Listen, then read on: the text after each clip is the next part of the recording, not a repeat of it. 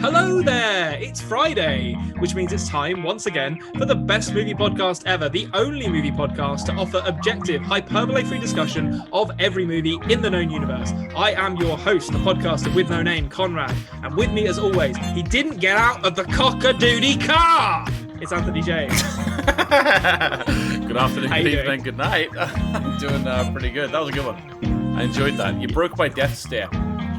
I was trying to... I was looking straight down the barrel of the camera there, so I shouldn't do that because I'm going to lose focus. But so I wasn't looking at your face, but hopefully the listeners enjoyed it at the very least. Yeah, Conrad, you'll enjoy the rewatch then. I'll not give anything away. Yeah, no spoilers, no spoilers. Yeah. Please subscribe to us on YouTube. We are The Culture Cave, or on podcasting apps, or in fact, I should say on podcasting apps. Why not subscribe on both? We are the best movie podcast ever on those. Give the video a like, get involved in the comments, and let us know what you have watched this week and what you think of the movies that we are going to discuss if you have seen them. But without further ado, I say let's talk about some movies. Let's do it.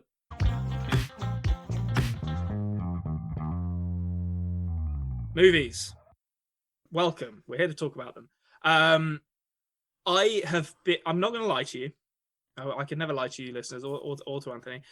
It's been a mixed week for me. A lot of modern movies. Well, by modern, I mean movies that came out in the last couple of months. Yeah, very modern. Very modern. Yeah, I've been catching up on films that are hot new releases. Yeah, hot off the press. And then one oldie. And to be honest, it was a mixed bag. So I reckon. Well, who started last week? Did you start last week, or did I start last week? We both kind of started because we did our Robert De Niro discussion. Oh, yeah, that's right. Okay, well, I'll tell you what. Why don't... I think you should do the first one. Okay. And then maybe I'll do two in a row, just because I've got two that really lead into each other. And then we'll see how it goes. I haven't thought this through that much. Okay, awesome. Okay. If the lead into each other goes well, listeners, you'll know from the title of this episode. If it doesn't go well, then you'll have no idea what we're talking about. All right, so the first one I'm going to focus on, I think in a change of form, we'll start with my MCU, Marvel Cinematic Universe film this week. Start the show with a showstopper. Yeah, we'll start the show with a showstopper. Usually we end the show with mentioning what Marvel Cinematic Universe release I watched, but we'll start it this week. Why not? Change the pace. So basically, This week, the next one, obviously, if you're a fan of the MCU, you'll know it was the first Avengers film. Avengers, as we would know it, but it was also called Avengers Assemble. I believe that was the American name, possibly. No, it was the other way around. Because we had Avengers Assemble. Yeah, because like Marvel, I can't remember his name, Kevin Feige. No, Feige, that's right. He like basically they thought that the British audiences would get confused between this Avengers and the bowler hat kind of spy movie Avengers that released in the 90s, starring. I can't remember who it was starring. I know that the woman who played Alessa Tyrell in Game of Thrones was like the female character in it in the show in the 60s. They made a movie about it in like the late 90s. I think Ralph Fiennes was the bad guy. It wasn't a good movie, but it was called The Avengers. So in the UK, it was known as Avengers Assemble. I believe it was only the UK though. I don't think anywhere else got that. Okay, that interests me actually, because in my mind, like I'm a real like nitpicker for detail. So if I was making this film, right? And they were like, all right, we can't call it the Avengers in the UK because of that film. Let's just call it Avengers Assemble worldwide. You know, that's what I would have done. I wouldn't have changed the name based on where it is. But anyway, it doesn't matter. Yeah, it's unnecessarily complicated, I would say, given no one watched that movie either. Yeah, exactly.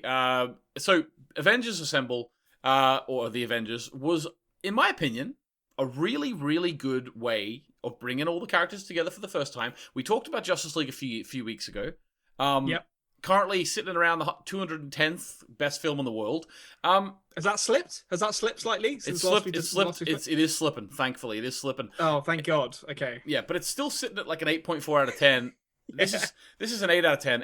The Avengers first film, obviously. Oh, so that Snyder Cut is better than Avengers Assemble, according to that. A lot better. Okay. Well, there you go. That proves it. That's definitive. But basically, I would say that Avengers Assemble is kind of like the Snyder Cut plus, because it's the best way I have ever seen of bringing all these like characters together from completely different worlds and putting them all together. The way that they've done it, and they sort of straight away. I've talked last week about the fact that The way that they made Captain America like a household name for me, like within one film, and I just was like, I left the cinema thinking, oh, I've always known about Captain America, even though I didn't. I honestly thought Captain America was Hulk Hogan. That's I mean, that's true. No, I'm not going to do Captain America the disservice of comparing him to Hulk Hogan as someone who's very recently watched WrestleMania. But you know what I mean? Like he came back. He kind of came. Hulk Hogan had a little bit of a Captain America phase of his career. Yes. I don't even know. I don't know if it was called Captain America or just Mr. America. Or Mr. America. Yeah, it was Mr. America. Yeah, so that's what it was to me. But the Avengers, the way they brought it in together, they bring back the Tesseract, they bring back Loki. Like they even in the bad guys, they're calling back to the other films. So the threat felt very real. I love the fact that they're after just straight away after setting up, Captain America, Iron Man, Thor. They're like, right, we get them together for the first time. What should we have be the bad guys? Aliens? Yeah, let's do aliens. So they straight away showed within this first phase of the films that they are going to be including, like when they say Marvel Cinematic Universe, they properly mean it. And for me, to be honest with you, I didn't read that much comic books, as I mentioned before. Very, very interested in them. I really want to start, but it's almost too daunting of a task now. You know what I mean? Yeah, there's a lot to get through. Yeah, so I don't know if I ever will start just because of how daunting it is, to be honest with you. But basically, before like these sets of films, like obviously I knew Superman was from Krypton, so there was a space element to that. But if you're just watching the superhero movies, you don't really get, before this MCU, you didn't really get this idea of like almost like a Star Wars universe where it's like it's proper sci-fi, but superheroes too. I didn't know that superhero stories in comic books were like that until the MCU. And this was the first sort of taste I got from that. I suppose Thor was the first taste, but again, that was like heaven, that was like another realm. Thor's like almost fantasy. Well, it is fantasy, really, with some sci-fi elements. And I think that's interesting that you bring that up because to me, as someone who kind of grew up, I would never call myself like a comic book expert, but I definitely grew up reading comic books. And to me, DC was where you got your like cosmic stuff because you had like Green Lantern flying around being literally like a space cop, like seeing all these different planets and stuff. DC was the cosmic stuff. Marvel was the much more grounded, like human drama, like Spider-Man is a teenager who gets bitten and he has to kind of he has to make sense of his teenage life while being a superhero. And the DC guys are like gods and aliens and stuff like that. And I wasn't really reading comics at the time that Avengers came out, but I think to some extent this movie was I guess it was not really this movie because aliens are the bad guys, but it does kind of largely take place on Earth. Yeah. But what this movie sets up for the rest of the Marvel cinematic universe is kind of the coming out party for Marvel to be like, no, we're going to do the cosmic stuff now as well, and we're going to absolutely knock it out of the park.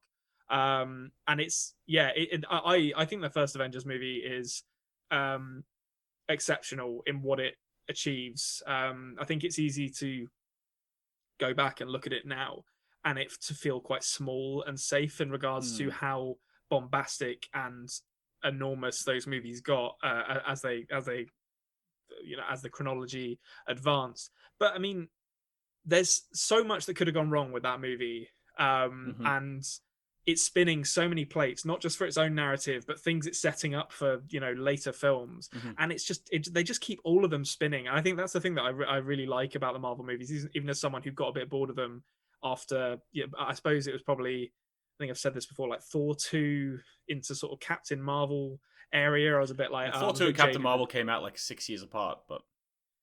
Well, I'm trying to think. I definitely wasn't watching them as religiously, so I don't think I saw Iron Man 3 or Thor 2 or Captain Marvel. I definitely saw the Guardians of the Galaxy movies. I saw Winter Soldier. There was definitely some I missed. So after the Avengers, you kind of started dipping in and out. I think it was after Age of Ultron. Age of Ultron was the one where I was Iron Man 3 and Dark World Thor 2 are the next two films. So you started dipping out even this early. Yeah, although actually, having said that, I think I did. I think I sort of have technically seen Iron Man 3, but it was kind of like I wasn't really paying. But I think it was at like a party, and I wasn't paying very much attention. Yeah, I know what you mean. It was the kind of thing where I was like, "Oh, it's Ben Kingsley," like at some point, and then and then kind of went back to a drink or whatever. But yeah, I think that this movie is exceptional in like a logistical sense. I think it's very exciting. Great character introductions, like you say. I mean, the bit where Captain America is fighting Loki, and then you hear like AC/DC start blaring on the radio, and Iron Man turns up. It's a bit like, that's pretty fucking cool, guys. And then Thor rolls up. It's great. It's a great fun movie. And I love the tension between the characters too. Like, they don't all of a sudden just gel and become like the super team. There is tension there, and I love like the first fight between Hulk and Thor. Like, obviously that will come back later in Ragnarok as well. And like just having these big like personalities going up against each other. They really chose the right ones to pair up as well. Like, obviously, Natasha Romanoff and Hawkeye, obviously they have to be paired up because they're like just normal humans basically. Then you've got like Captain America, who's like a souped up soldier, and Tony Stark, who's got this souped up machine, and then you've got like the God versus Hulk, you know. So like they're all of a sudden they're building these things, as you say, in there, and they just do it really, really well. It's like you know how like in Seinfeld or Friends, where they would always pair up different characters together. Seinfeld less so. They actually had 4 different storylines, one for each character most of the time. But Friends would have like paired up Chandler and Lisa Kudrow. What's her name? Phoebe. Phoebe. Yeah, Phoebe. Phoebe. That's the one. Yeah. Phoebe. So everyone's favorite Friends characters: Chandler, Phoebe, Riz. Raquel. Let me tell you. Riz is my favorite, 100%. Riz Ahmed, get him in. But no, Ross was my favorite. I would love to see. Please reboot Friends with Riz Ahmed playing Ross Geller, and don't change anything else about him. Everything's the same. I'm begging you, whoever owns the rights, just deep fake him in. You know, deep fake him in every episode. Great. But my point is that in Friends, like we're at the generation where there's a fair bit of like little nostalgia with Friends. I can't watch Friends now. Obviously, I wouldn't watch it now. Honestly, I wouldn't. Yeah. But honestly, I swear to God, I swear to God, I wouldn't watch it. Right? But I kind of blame Friends for the OA being cancelled, because right around the time they got cancelled, they Netflix paid $100 million to buy the rights for Friends. But anyway, I mean, listen, all I'm gonna say is that my partner, I will still walk in on her rewatching episodes of Friends on Netflix, and I've been guilty of it as well. She checked out of the OA after 3 episodes, so I know. Like, Netflix made the right decision probably, but for me, it was a bit Come on. Yeah. I have like family members and friends who watch Friends all the time still, but I honestly think it's just because that was the first like adult show they got to watch. So I think that's like a load of nostalgia there. But also, my point about Friends was, why are we talking about Friends? This is the point I'm talking about Friends. Ross Geller. Because every now and then in Friends, or every episode of Friends, they would sort of pair them up. So you would get like Ross and Rachel together for one, but the next episode you might get Ross and Phoebe, and then the next episode you might get like Chandler and Phoebe, and they'd pair them up. So, but every now and then, every time they did it, it didn't work sometimes. Like, sometimes you would pair up characters and it didn't really work. I didn't really like... Rachel and Chandler was never a good pairing as far as I was concerned. I don't think Rachel and Chandler's a good pairing. I also don't think Rachel and Phoebe's a good pairing. I'm not actually that big of a fan of... I'm not actually that big of a fan of Phoebe in general, if I'm honest with you. But my point is that Avengers feels like an episode of Friends where they got the pairings right for that episode. Yeah. You know? You've got Ross and Monica and Joey and Chandler. Yeah. You've got the A-teams. Rachel and Phoebe are kind of hanging out doing whatever they want, but you've got the best characters together. Yeah, so what you're saying is that Captain America and Iron Man are Joey and Chandler, and Thor and Hulk are Ross and Monica. I would actually say Thor and Hulk are more Phoebe and someone else. That's outrageous. Because Thor's kind of like Phoebe.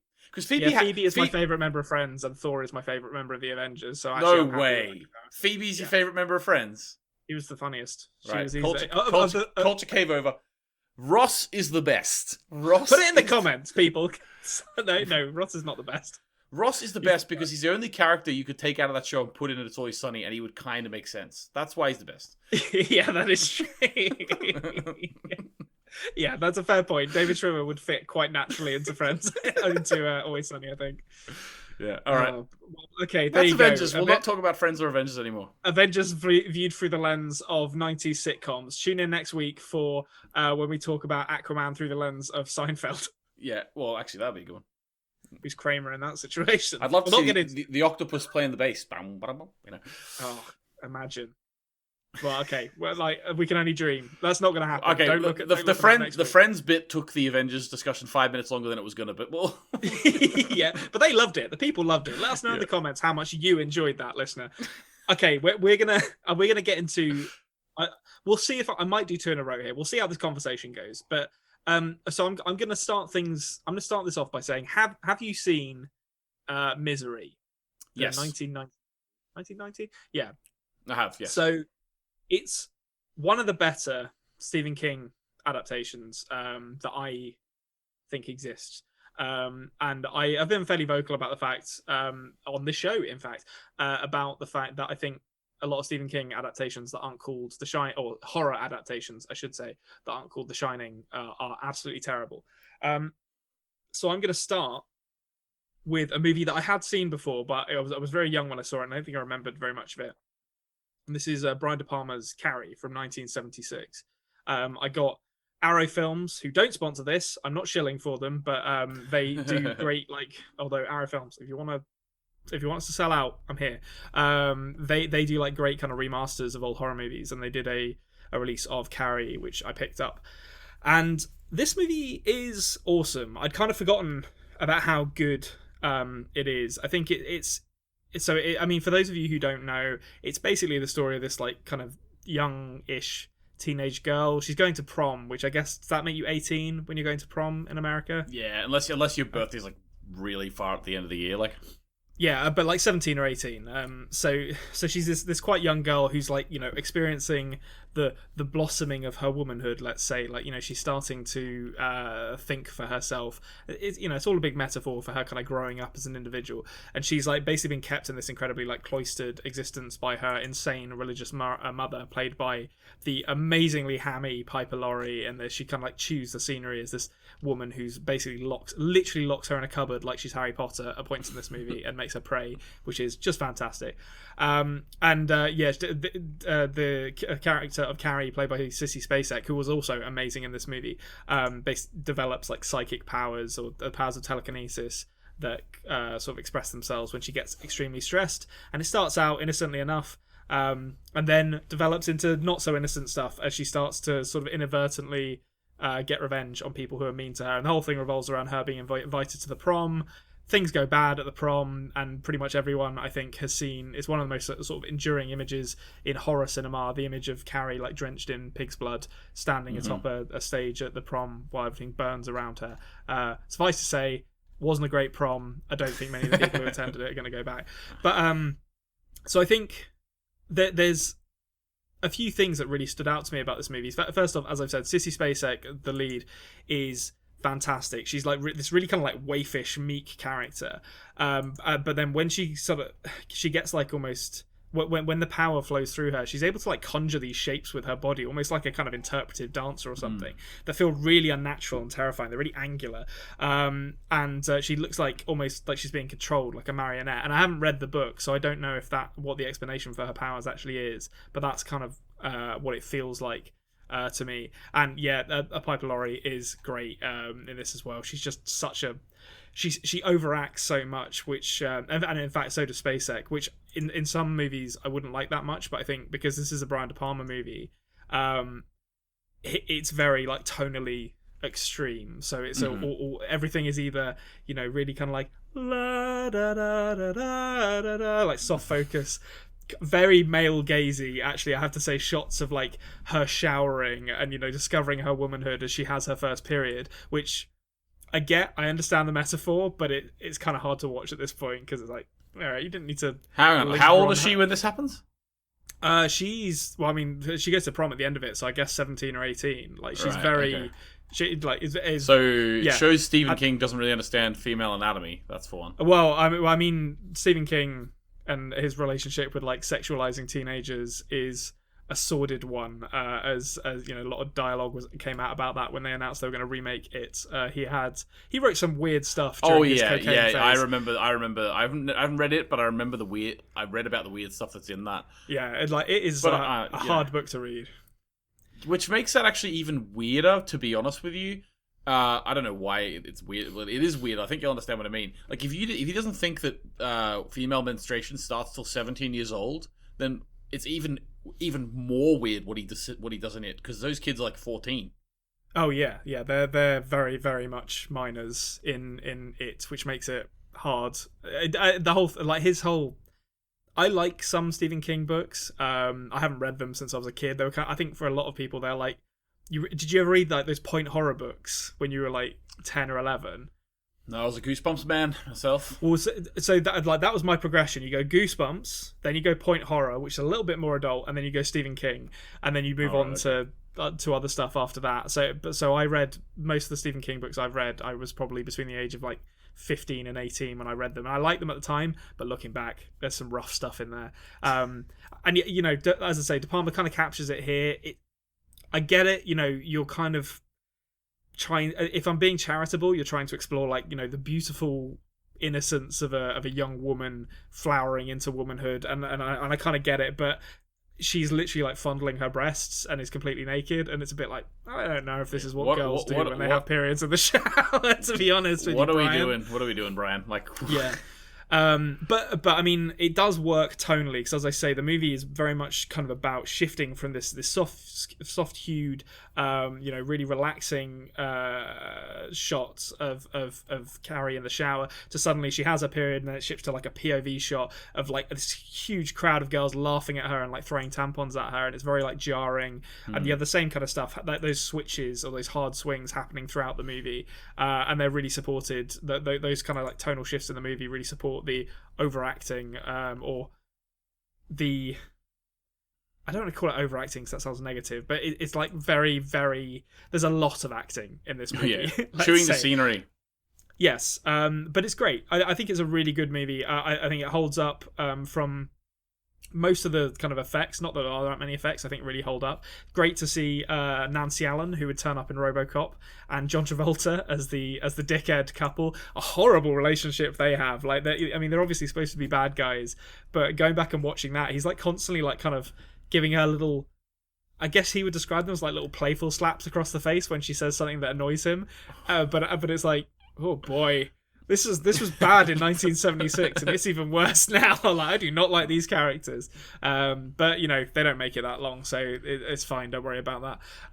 But yeah, a great movie, and one that I think is probably going to lean into a theme we're going to discover this week of weird relationships between parents and children. Yes. So you're going to go from this one into what? And what's the segue? So I thought the natural segue here, excuse me, was going to be into a 2021 movie I watched, which is Run. And the reason is that Run is essentially, so it's the latest movie from Anish Chaganty, who did the 2018 movie Searching. Did you ever see Searching? No. The name of the lead now. I didn't watch that one. It's called. It's the guy from Star Trek, isn't it?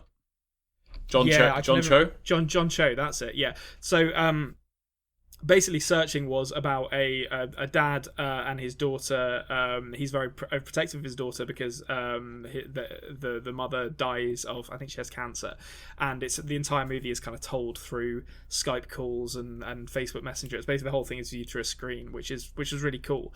And Anish Chaganty kind of takes a step away from that for this to tell a more traditional kind of thrillery story with Run, and it basically tells the story of a mother and daughter played by Sarah Paulson and Kira Allen.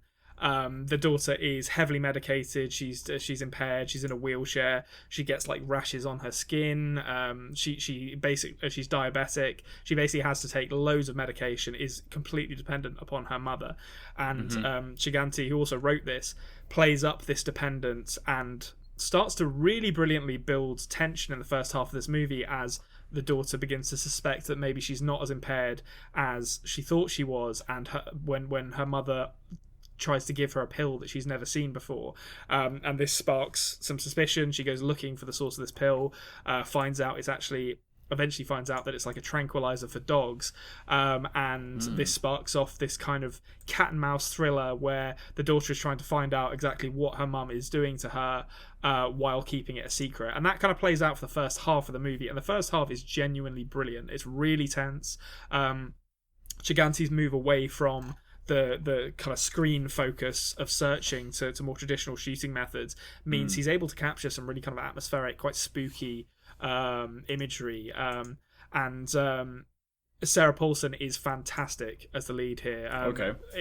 If this movie, so I'm putting the cart before the horse slightly here. Like the quote at the beginning of this episode of the podcast was, for those of you who don't know, from the movie Misery, starring Kathy Bates and James Caan, and this is very much the same kind of thing. A kind of captive, vulnerable person who is trying to keep their captor, who's insane, sweet while trying to plan their escape, and that is very much what this is pulling from. And I can't. Did I ask you? Have you seen Misery? I have. Yes. I loved Misery. It was great. Yeah. So and this really captures that for the first half. I think it loses steam quite badly in the second half. It doesn't Misery is such a great example of a movie that really knows how to just ratchet up the tension slowly but surely, and all the plot points work, and it keeps that pace throughout the whole thing. This loses steam quite badly in the second half, but the first half alone is worth watching, I would say. And it was really funny watching this. Like, Sarah Paulson, I don't know if she actually looks anything like her, but I became convinced while I was watching this that Sarah Paulson played Miss Honey in the Matilda movie from 1996 or something, which I can't. That's obviously not going to be the case because Sarah Paulson's not old enough to. No, she didn't. She definitely didn't. Yeah, but because I was watching it, I was like, oh, it's interesting. She's gone from like Miss Honey to like the Miss Trunchbull / Matilda's mum character in this. But as it turns out, that's just not accurate in the slightest. I mean, I'm pretty sure it's not accurate to me. I looked it up, and it's not her. It's someone else who, in my defense, does look a bit like her. But no, Sarah Paulson, I really just know her from American Horror Story. She seems to have primarily been a TV actress, but she's great. She's easily the. I mean, to be honest, there's only really two actresses in this whole movie, and that's her and her daughter. But she's phenomenal. She carries this movie fantastically. Well, I know her from the American Crime Story. O.J. Simpson trial. Oh, of course, yeah. She's the she's like the prosecutor, isn't she? Yeah. So I know her from that. I haven't seen any of the American Horror Story. The only American Horror Story I've seen, I watched the first episode of the New Orleans one because Ema and I were in New Orleans and we went on a ghost tour. We saw the house, which is it's all based on. So we then went back to the hotel and watched the first episode of that just to spook ourselves, Nice. But yeah, so I know her from that, only just from that O.J. Simpson show, and I thought she was really good in that. Funnily enough, though, even though I thought she was really good, for some reason, she isn't an actress that I see and I think, oh, it's good. She's really good. I need to see that. I know she's a good actress. I enjoy watching her, but I've never actually felt compelled to watch something because she's in it. I don't know why. No, I think she hasn't. I mean, she's not an old woman. Obviously, she's probably she's in her 40s now. But she seems to have like emerged quite late. Have been like a late bloomer in terms of kind of gaining the public eye. Because as I say, I've only really started seeing her and stuff in the last 10 years. But and I kind of agree with you. But I definitely from this point on, I'm gonna be more keen to watch her and stuff. I think she played Nurse Ratched in that weird One Flew Over the Cuckoo's Nest series they made. I think it was called Ratched. She basically plays the crazy nurse who ends up lobotomizing Jack Nicholson's character. It's like I don't know anything about that. I heard that it was like an origin story for the bad guy in One Flew Over the Cuckoo's Nest. So I was like, what on earth is that about? Like, it's like Maleficent, but for One Flew Over the Cuckoo's Nest. Yeah, but instead of like a cool wizard who can maybe be like reevaluated, it's just like this awful person. I don't want to see anything about this weird nurse who lobotomizes people for no reason. But yeah, so that's Run. It's not as good as Searching, I would say. It's still it's still decent, and it really is a vehicle for Sarah Paulson to show her chops as a lead. It's great to see her in this, and it's worth checking out just for the first half and her performance in it alone, even if it runs into some pretty severe pacing issues. But that is. Just to highlight the difference, Carrie's about a weird mother and her daughter, and that one's about a weird mother and her daughter. Whoa. Consistency. We did it. Consistency. Well, funny enough, actually, while you were talking, I realised that there actually could be a link to my next one as well. Go on. Yeah. Okay. So my film that I watched this week was called 8th Grade, and it's by director Bo Burnham. Now you might recognize. Oh, nice. Yeah, you might recognize the name Bo Burnham because he's a comedian sort of musical comedian, I suppose. He's also like does stand up, but he also writes man of many talents, very funny songs. Yeah, and he is unique because he actually basically broke into mainstream comedy, even though he started as like a 15-year-old on YouTube. Is that where he started? Yeah, I didn't know that. So he actually started like singing his songs on YouTube, and then eventually made his way up into the comedy scene, and he would tour his show. And like if you're a fan of Bo Burnham, you know he's very, very funny. Obviously, I'm a big fan of him, to be honest with you. And he's very, very funny, but also he's he also, like most comedians are, to be honest with you. They also try to put a bit of depth into their work. So, but it's always got the comedy laced throughout. So, like for example, like when he was joking about not being able to fit his hands in Pringles cans, he was also talking about like, you know, in that same song he was talking about the idea of him being up in front of everyone, whereas, you know, he's actually just one of the crowd. So he intersperses it. In 8th grade, he basically takes his experience of growing up in the internet generation, and really shines a light on it and shows what it's like to be an early teenager in the current society with the phone and with internet access, and like sort of it's a completely different game for being a teenager at this age. And he does a really good job of it. So basically, it's like a comedy drama. So there's some moments in this film, if you are going to watch it, I will warn you, there are some moments in this film which sort of, it'd be a very big spoiler to tell you exactly what they are, but there are some moments in the film which, to be honest with you, were the most suspenseful, horrific things I've ever endured watching a TV show, or watching a film or TV show. Oh, really? What horrific in what way? In thinking about what could happen if things didn't go correctly. And we're talking about a 13, 14-year-old young woman here, so you sort of know what I'm talking about. I'm not going to go any more into it there. But basically, it's a story of a girl called Kayla who makes videos on YouTube. So and Bo Burnham wrote and directed this, by the way. She makes videos on YouTube, and she's like sort of gives advice to people and talks, or just talks at them and says, you know, here's one about putting yourself out there.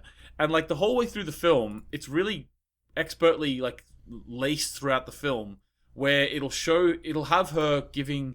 And apparently, I saw an interview where some of these were a little bit improvised. Like, obviously, they had the idea of them, but the actress would, like, sort of improvise them herself, in a way. And she had, like, one of these big rambles and stuff. It's so genuine. Sounded like an actual teenager doing it.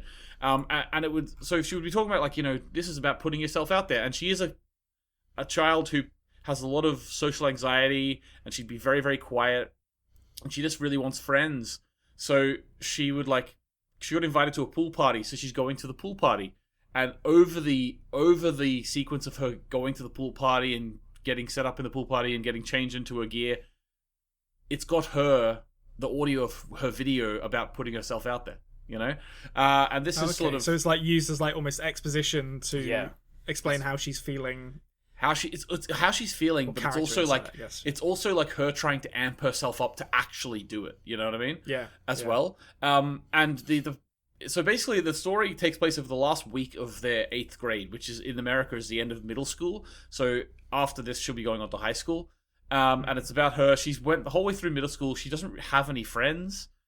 She's not the popular girl. She's very quiet. I think she literally has no friends, and it's about the inner workings of her mind and her relationship with her father. So that's why I mean it's a little bit related to what we were talking about with the mothers and daughters, because it's her relationship with her father, and her father's this lovely, lovely man who just really wants, you know, her to, you know, have friends and have a great life. And it's that classic tale of like a father with a teenage daughter who's like, you know, are you all right? And she's like, get away from me, you know? Yeah. Well-meaning, but doesn't know how to deal with a teenage daughter. Exactly. There's a scene where she finally sort of gets in with a particular member of a group of friends, and she's sitting with them in the mall, and they're all like, who's that weird guy over there looking at us? And looks around, and it's her dad, like, you know, in the mall. And it's like, what are you doing, mate? You know?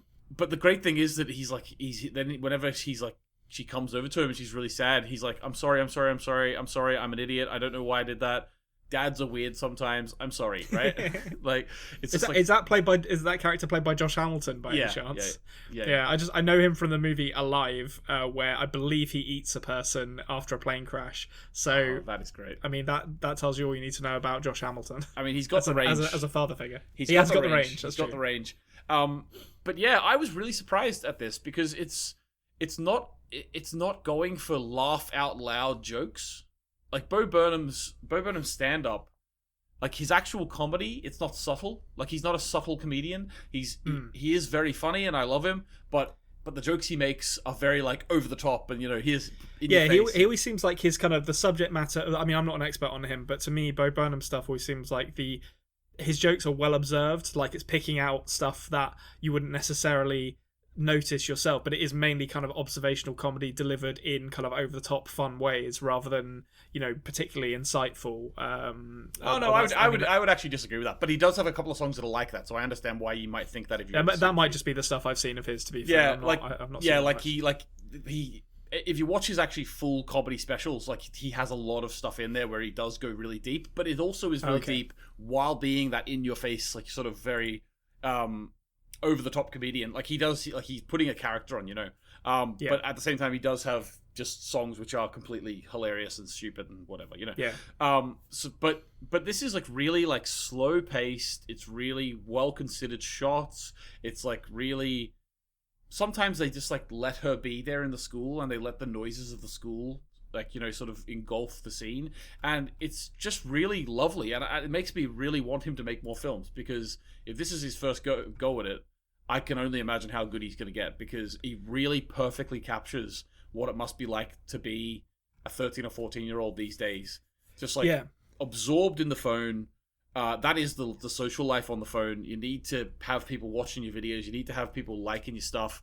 Like, I can only imagine my mental health right now if I had grown up in that generation. Oh yeah, like that like when we were teenagers, there was still that pressure to be liked, but it's nowhere near the same. You'd worry if maybe someone at school liked you, but the idea having that constant gratification or the opposite of that, where, or lack of gratification through social media. I can't. I'm sure there are books written and being written as we speak on the psychological impact on young people of being born in the era of social media that we won't fully understand the implications of for decades yet. But I'm sure it's not good.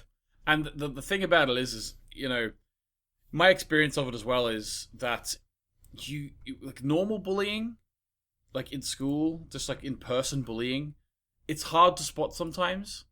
Yeah. It definitely is. Sometimes it's obvious. Sometimes it is hard to spot.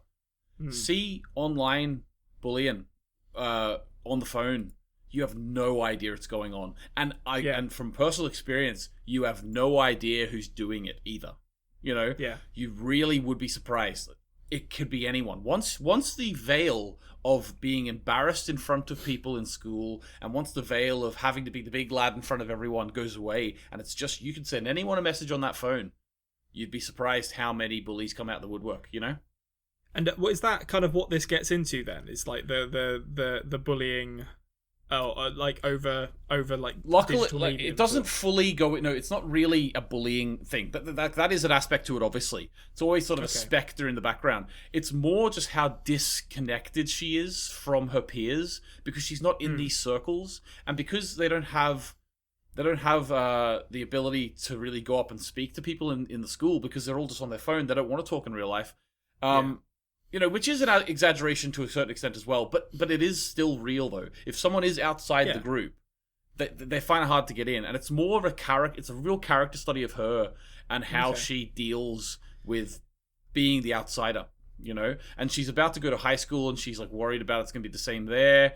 And you've also got this sort of, as well as the YouTube videos, you've also got the account for like they had like a sort of time capsule that they made for themselves at the start of middle school, and she's got like a video she made for herself from then, and she listens to it, and like the video is saying things like, I'm sure you're the most popular girl in school and everything like this, and it's really just drumming her down even more. Like she's even getting it from her former self, Yeah, I love the idea that she was down when she made that video, so she was kind of like putting herself down at the time by being like, oh, I'm sure you're really popular now, but it sucks for me at the moment. And then she goes back and watches it later. It's like, nope, still haven't achieved that, and it makes me feel even worse. That's great. Yeah, so you can already imagine, based on that storyline, the crescendo of the film. You can already imagine the story that's going to be told with her moving into high school. You can it's all laid out there for you.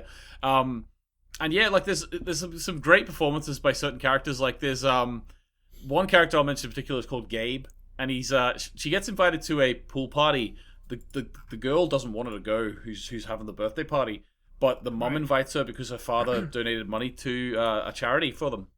And she goes to this pool party and she meets the popular girl's cousin, and he's a little dweeby kid called Gabe, and played by an actor called Jake Ryan.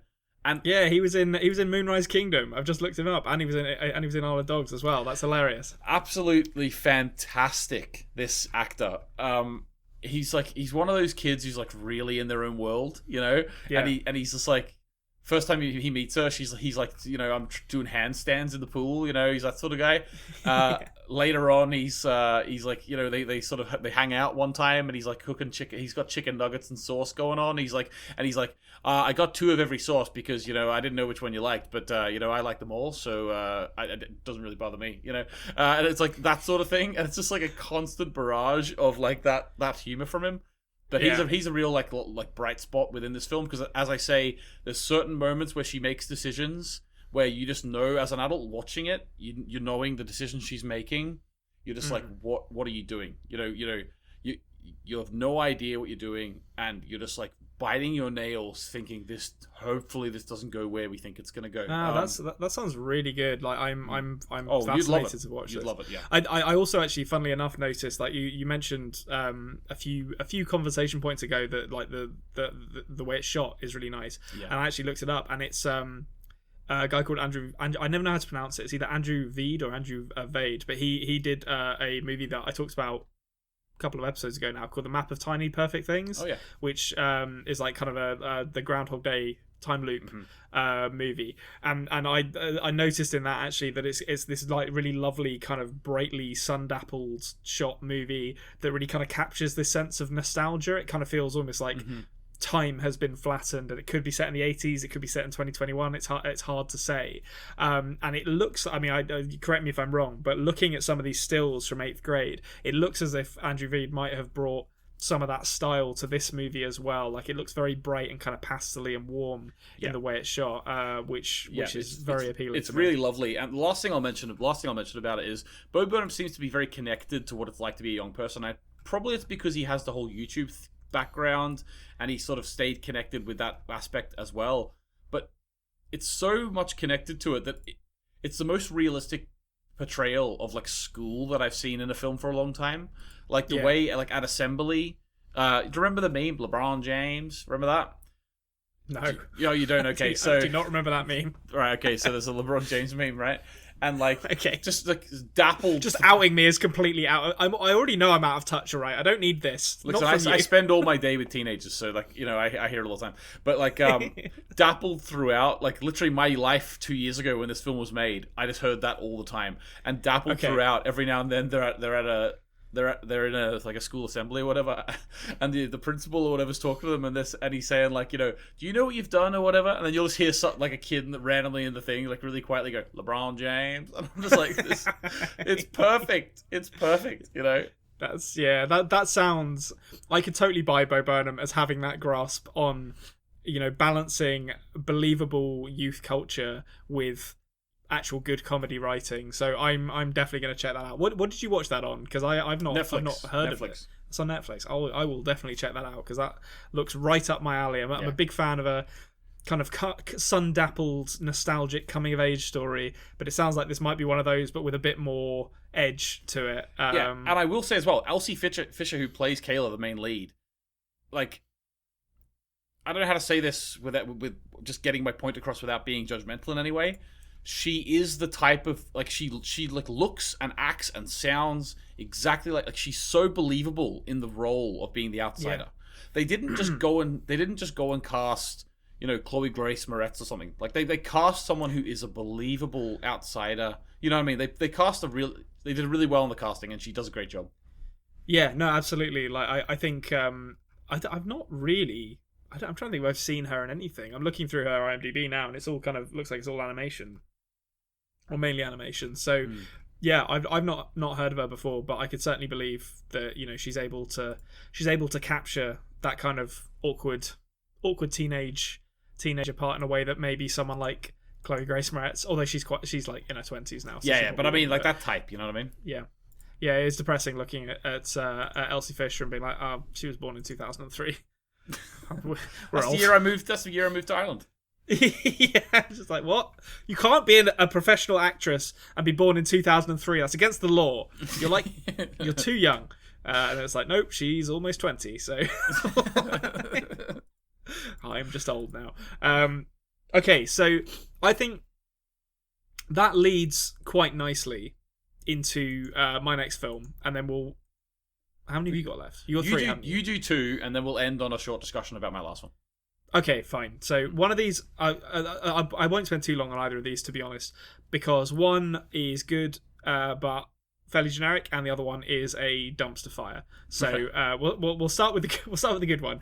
And I think the themes that we just talked about there, and this kind of like coming of age, optimistic but with a bit of edge kind of movie, leads quite naturally to Ricky Staub's directorial debut. I think this is another one of those ones that my arbitrary classification of when films came out leads me to say that it's a 2021 film, even though it debuted at, I think it was at Venice Film Festival last year. But this is 2021's A Concrete Cowboy, starring Idris Elba and probably most people will know him from Stranger Things, Caleb McLaughlin. And it's essentially the story of a young boy who is kind of not doing that well in school. He's getting into trouble. He's unsettled. Lives with his mother. His parents are split up, and she has enough of him. She sends him to live with his dad in. I didn't actually catch whether he moved city, but his dad lives in like kind of a rough area of Philadelphia, and he goes to live with his dad. Who he's never really had much of a relationship with, and it turns out his dad is running a stables, like a literal stables in the centre of Philadelphia, that kind of acts as a sanctuary for troubled kids, people with maybe pasts in addiction, or almost kind of perfect. Yeah. Like it's almost like a rehab clinic and a like not daycare center, but like a youth club or something. Basically, it's it's serving the more vulnerable aspects of the community and a real bright spark in it. But Caleb McLaughlin, he has that rebellious streak in him. He doesn't have a relationship with his father. He's rebelling against this more kind of grounded, wholesome world that his father has found, and falling back in with friends that he had when he last lived with his father, who have gone the more the less wholesome route. Let's say they're into drugs, they're into gangs. And he has to pick essentially between these two worlds, and while this is going on, the outside world is kind of encroaching on them, and you've got people coming and saying you can't have a stable in the centre of Philadelphia. These animals aren't being looked after, and it's hard for me to really classify or to talk about how I felt about this movie because. Oh, no, that's not true. It's not hard. It's just I don't want to give the impression I didn't like it. I think my problem with it is that it's very, very generic. Like when I tell you that it's about a young boy going to re-establish a relationship with his father, and he has to pick between these two. Like he makes a friend who's into drugs, and he's got the group of people who are into the equestrianism, and he has to make the choice. And if I ask someone like on the street to tell me how they think that story is going to go in a movie, they'd be right 100% of the time. Like this movie is going to go exactly how you think it's going to go.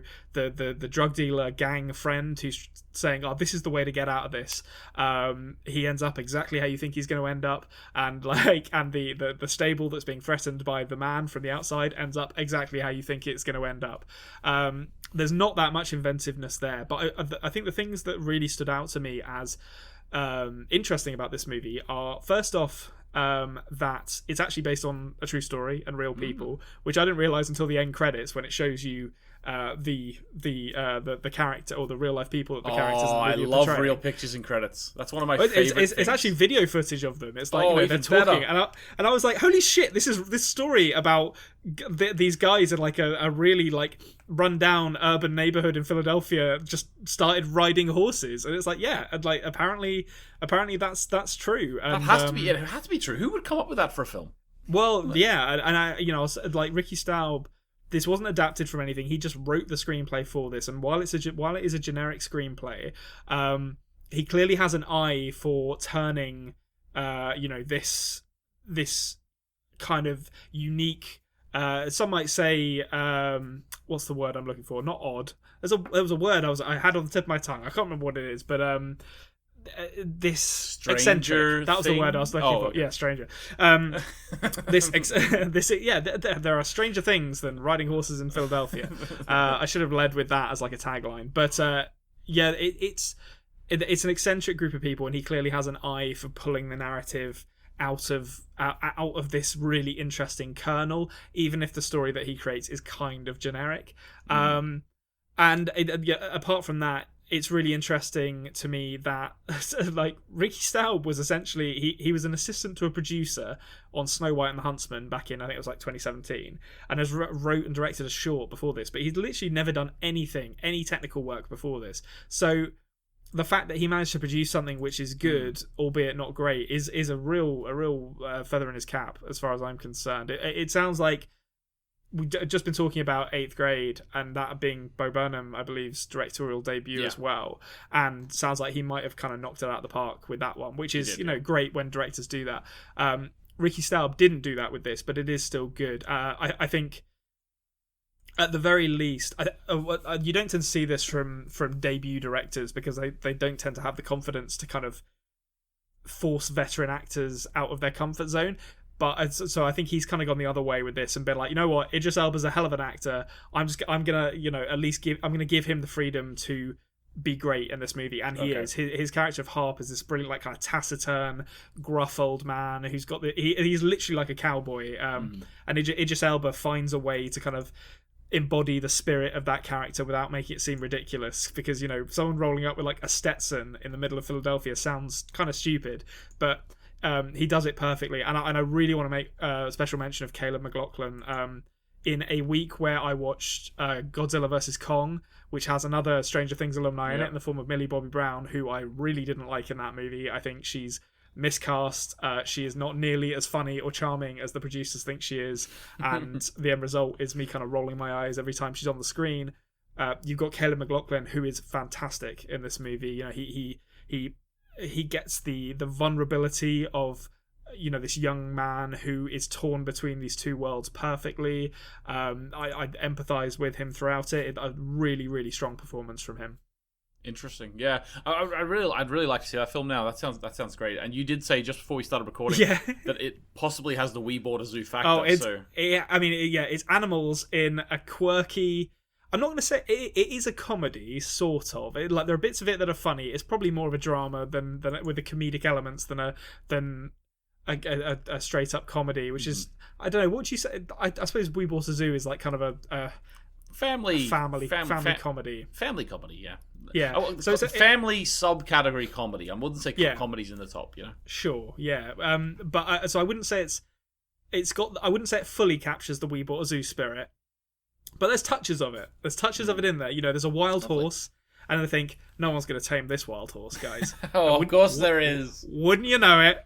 Caleb, in many ways, a human wild horse. Kindred is the one spirit to do with it. that horse. Yeah, kindred. Exactly. A kindred. I mean, that's what I mean when I say this is generic as hell. It's like the first time you meet this horse, it's like, whoa, no one's going to tame this wild horse. It's like, I wonder if there may be perhaps a metaphor in your presentation of this horse.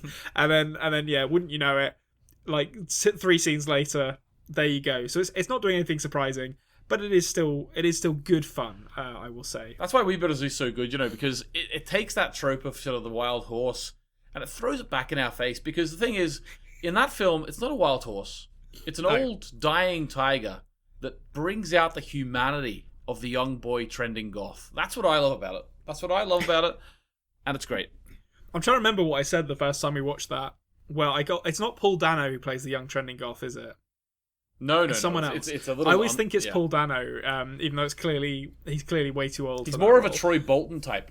He's more of a that's a great shout. But when we first watched that movie, I remember saying that I think this young man is going to go through some kind of awakening that makes him realize there's more to life than just being cynical about everything. And lo and behold, that's what happened. That tiger brings it out of him. Okay, so talking about movies with the We Bought a Zoo factor that kind of warm the cockles of your heart and make you feel just make you feel good about watching movies. I'm going to talk about, for my last one, before we go to you, to hopefully bring us home in slightly more positive fashion, a movie that I was literally angry while I was watching. I'm going to start with a question. Okay. And I think I already know the answer to this, but we're going to do. I'm introducing this slightly performative element to the podcast for the sake of the listeners. How do you feel, Anthony, about Melissa McCarthy? I've seen Bridesmaids. Weirdly, it's one of those films where I really liked it when I watched it, and I can't remember anything from it. Okay. I wasn't high when I watched it, but I just cannot remember anything from it except for possibly a toilet scene. I can't remember, but apparently it was very good. And to be honest with you, everything else I've seen with Melissa McCarthy in, I did not like. Yeah, I'm generally the same way. I remember bits of Bridesmaids, which I did actually really enjoy. The main thing I remember about it is I'm trying to remember the actress's name now. She was in The Good Place. I can't remember her name, but her having to like crap in the street because she gets food poisoning. Oh yeah, that Mia Rudolph. That's Paul Thomas Anderson's wife. That's it. Yeah, Paul Thomas. That's right. Of course. Yeah, she's yeah. But not so that I'm defining her by that. She's great in her own right. Like obviously. Yes. Yeah. But so I don't like Melissa McCarthy. that's my opening gambit for this. I think in the right role, she can be funny. I think she has it in her to be funny, but I think she needs a very firm hand to stop her from slipping back into her default comedy bullshit, which is shouting loudly and falling over things. Yeah. So it will perhaps surprise no one that when her husband directs and writes a film for her, there is no firm hand. She gets to do whatever she wants, and it is a fucking nightmare. This is 2021's Thunder Force. It stars her and Octavia Spencer. Oh god. And other people. Octavia Spencer. What happened to you? Like, that was literally my thinking in this movie. I was thinking, okay, Melissa McCarthy is probably going to be insufferable in this because it's a Ben Falcone movie and he's her husband. He has directed so far, I believe, Life of the Party, Boss, and Tammy, all of which have been Melissa McCarthy kind of star vehicles, and all of which have fucking sucked. So I was like, she's going to be bad. Octavia Spencer, you can act. You can bring home the goods. Let's see what you can do. Unfortunately, Octavia Spencer's character has just nothing to work with. She has like the cold, dead eyes of a fish in this movie. Like, she just seems like she's cashing a check. She is in. God bless her. She is in that fish film, isn't she? Wait, well, hold on. Which fish film are we talking about here? I can't believe I can't remember. Shape of Water? Yeah, she's in that. Yeah. Yes, she is in Shape of Water. Yeah. Yes, absolutely. That could have been such a perfect joke. That could have been such a perfect joke. Yeah. We'll get it in post. So she deserves better than this. She's a good actress. She gets nothing in this. She looks disinterested. She doesn't look like she's had any direction, and I don't blame her. She seems like she's cashing a check. You know what? What it seems like to me? It seems like Melissa McCarthy got her claws into her at like a showbiz party and was like, "I got just a film for you." Yeah, she said yes while she was a little tipsy at the Golden Globes last year or something, and then Melissa McCarthy phoned her 3 months later. Was like, "Remember when you said yes to the superhero movie? We're filming in 1 week. Get yourself to Miami or wherever the hell. Oh, Chicago. This is filmed. It's set in Chicago. I don't know where it's filmed. Probably Toronto. Oh, Vancouver. Yeah, Vancouver's the one, isn't it? Yeah. Fuck it. This movie is just so okay. There is a plot in here that could work. It's basically it pays the most. Literally the opening title cards of the movie are like, there's a thing that happens. Superheroes wake up. They're called miscreants. The only people who get them are people who are already sociopaths. Mm-hmm. Then there's an opening prologue where Octavia Spencer's character, as a high schooler or a middle schooler or whatever, goes to a new school. She gets bullied. Melissa McCarthy's character stands up for her. Then they talk about how they're going to change the world for a bit. that goes on for way too long. It's like 20 minutes of that shit. It's like, I get it. These two have been friends for a long time. You didn't need to do this. We could have started this off like at the beginning of the movie. Then time jumps forward. Octavia Spencer has become like a billionaire Elon Musk style character who, her parents were killed by a miscreant in a train accident. It doesn't matter. But basically, she dedicates her life to creating a serum or something that lets humans get these powers. Melissa McCarthy's character is like this kind of, she's like a beer drinking Slayer fan who, she drives a forklift for work, and she's just, like a rowdy girl, and that's fine. Like, that there's like, when I went into this movie, I was thinking it was going to be maybe like a Hancock kind of thing, where I was like, it's a superhero movie with some rough edges. She's going to swear, she's going to drink beer. That could be good fun. I could get on board with that. But fuck me, like this movie, like the first, like there's none of that. It's just the first 40 minutes or the first 20 minutes of this movie are a prologue with two teenage girls who I don't care about, aren't particularly good actors, don't need to be in this. We don't need that entire thing in this movie. Then the next 40 minutes is Melissa McCarthy being explicitly told not to touch anything when she goes to visit Octavia Spencer's character after some time away. She not only touches something, she sneaks into a laboratory, presses a bunch of buttons, sits in a chair, gets an injection that turns her into a superhero, and then the next 40 minutes are... So it's not like Radioactive Spider, it accidentally bit me. It's like everything you did up until this point deliberately made this happen, Melissa. And then the next 40 minutes are an extended training montage with them learning to use their superpowers. So there's no... Hang on, how does Octavia Spencer get it? She was going to give herself this... So like the way they explain it is she was going to give herself this course of drugs that would make them invisible, super speed, and super strength. Melissa McCarthy takes the super strength one, so Octavia Spencer takes the invisibility one. She just starts taking pills, and it's a joke. It's like, she has to have these injections in her face, and Octavia Spencer's character just gets pills. Ha ha ha ha. So the way you do a generic superhero movie, they get their powers, they go and have a fight early on, they win the fight, but it's kind of scrappy. They've got lessons they still need to learn. Then they get their asses kicked, and you're doing like the training throughout this. Like you don't just have, okay, we do the prologue, then we have a 40-minute training sequence, then they just do a bunch of fights and the movie's over. It's like this, and the CGI looks bad. Melissa McCarthy is insufferable in this movie. The only thing that is good about it is Jason Bateman, who plays like a kind of crab-armed gangster. His superpower is that he has the arms of a crab. What a plays superpower! Yeah, I know, it's good. But that's like kind of played up for comedy. Is that he's in like this, that the mayor of Chicago is is corrupt, and he's also a super villain played by Bobby Cannavale. So obviously he's going to be a bad guy. And he's got all these henchmen. One of them like can fire like laser beams out of her arms, and the other one is just Jason Bateman, who has the arms of a crab. And he is very funny, and there is one scene where he's in with Melissa McCarthy which did legitimately make me laugh a couple of times, but it is a slog. I really cannot recommend highly enough that people don't watch this movie.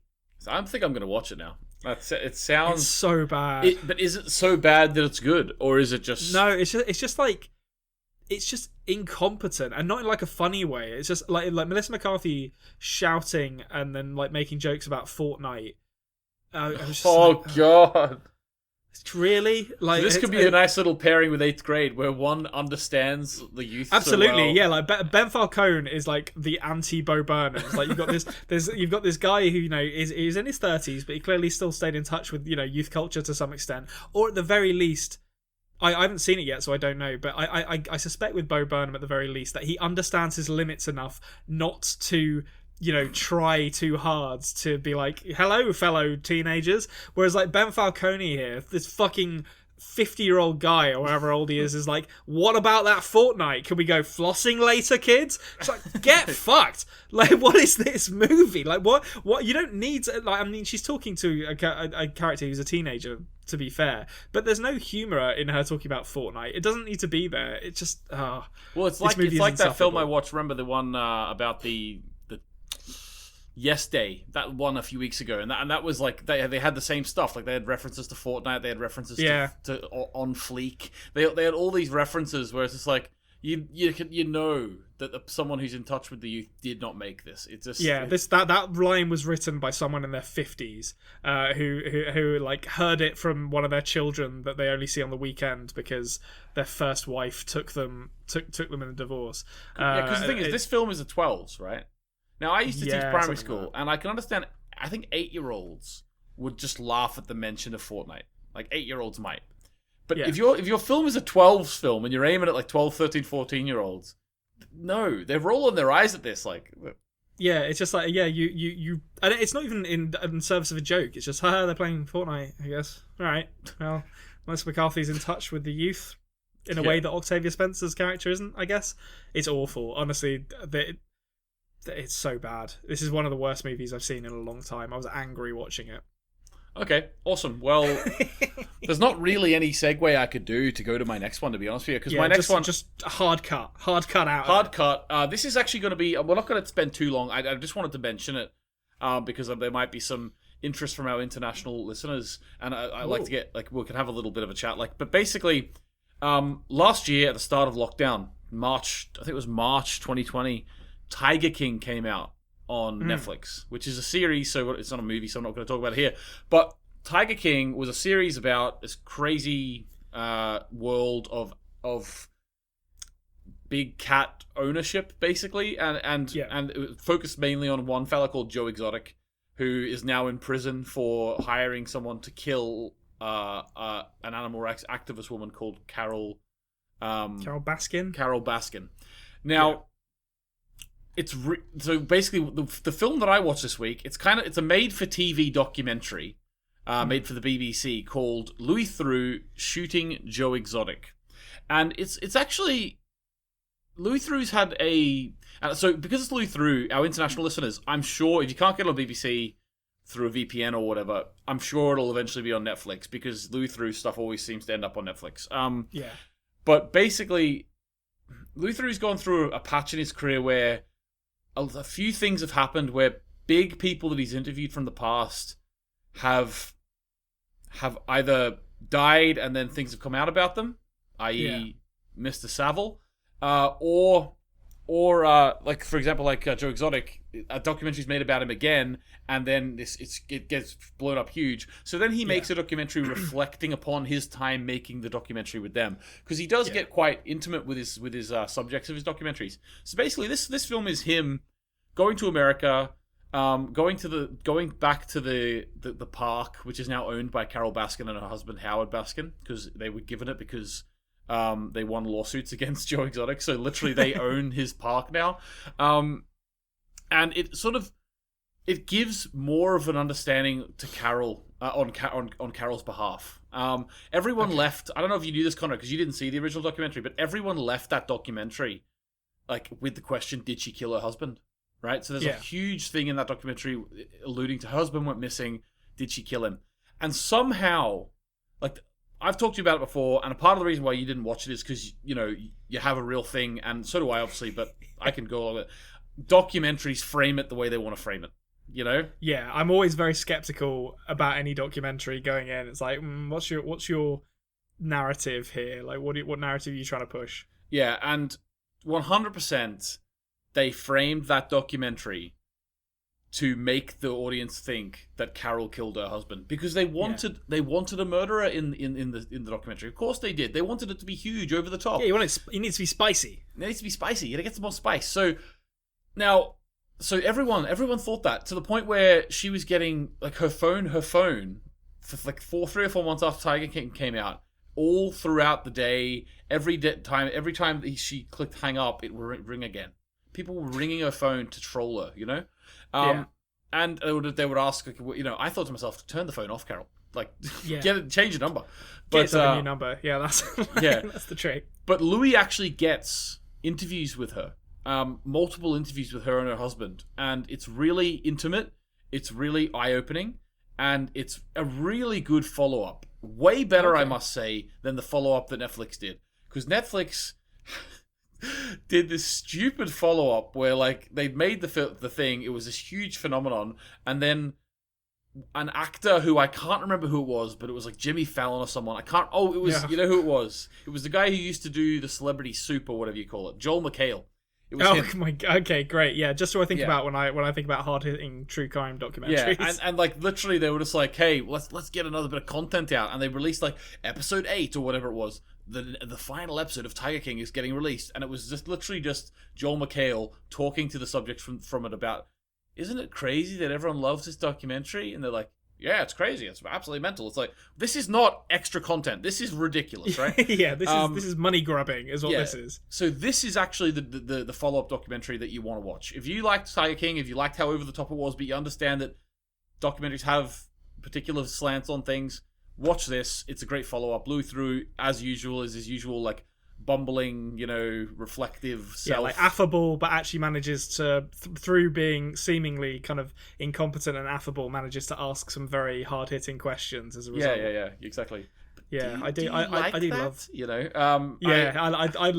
I love like Louis Theroux's brand of documentaries, because I never get the impression that he's editing it to make it seem a certain way. I think he's very good about letting people incriminate themselves with their own answers. And also but he's okay as well making himself look a fool sometimes. Like if an encounter goes a certain way that makes him look like a fool and makes actually him look like a bit of a mean person for asking the question he asked, he'll leave it in. Although having said that, there are some moments which he cut out of his original Joe Exotic documentary, which he did back in like 2011 or something like that.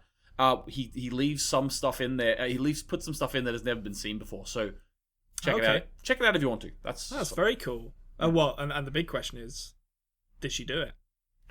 I personally, I never believed she did it. Although I did the way they put it across, it is like, well, what happened to him then? But yeah, like the show, the documentary leaves stuff out. Like they say that he tried to take a restraining order out against her 2 months before he went missing. But what it doesn't say is that he failed to take it out because there wasn't a good enough reason to take it out. And then he went home the same day and slept in the bed with her for 2 more months. Like he didn't like leave the house and run away. He slept in the bed with her for 2 more months. Like, Yeah. Yeah, those kind of like incriminations by omission of information are classic documentary, particularly Netflix documentaries, actually, I will say. But yeah, cool. Like Louis Theroux, always welcome in the house, BMPE. Yeah, I will say. Excellent. Okay, well, I mean, that's a positive enough note to leave it on I think, which leads us quite naturally into answering one simple question, as we always do on this show, which is, Anthony, what is your favourite movie? It's got to be 8th Grade. Check it out. If you haven't seen 8th Grade, go and watch it. Yeah? Good. That sounds great. I will definitely check that out. My favourite movie is Misery. It's like Run, but with more James Caan having his legs broken. Mickey Blue Eyes. Yeah, Mickey Blue Eyes. You're welcome, Italian Americans. Forget about it. We can't do it. We can't do it. We had our Mafia episode last week. We're not allowed to do it anymore. Join us next week for another movie diary. We are thinking about doing a themed episode at some point in the near future, so keep your peepers open and your listeners your ears peeled. ajar. Yeah, for that. But it's going to be a movie diary next week. Thank you to Nancy Wyatt and Jared Iscariot for the use of our theme song. Check out their stuff in the link below. They are awesome. And thank you to you for watching. Please consider subscribing to us on the Culture Cave at YouTube or the Best Movie Podcast ever on podcasting apps, if that is your preferred method of consumption. It really does help. And we will see you same time, same place next week. And cut.